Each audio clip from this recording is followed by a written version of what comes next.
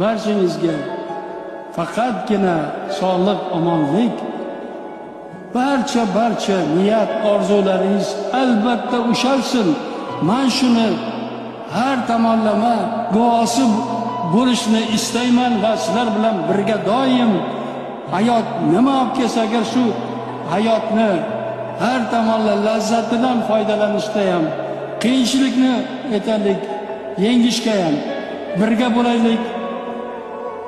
Albatta o'z murodimizga yetaylik. Barchangizga faqatgina sog'lik, omonlik, barcha niyat, orzularingiz albatta ushalsin.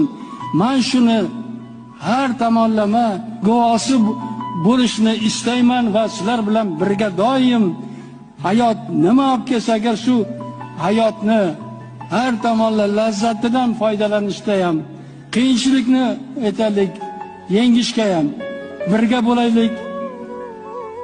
Albatta o'z murodimizga yetaylik. Mana Allohga aytaylik, iltijo qilib aytmoqchiman. Ilohim bizga marhamatini hech qachon kam tutmasin. Ilohim mana shu qancha bizga shu o'zini marhamatini berayotgan bo'lsa, o'zini berganini beraversin.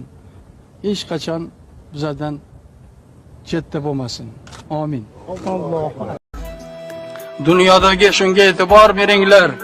Buni bila turib aytayapman.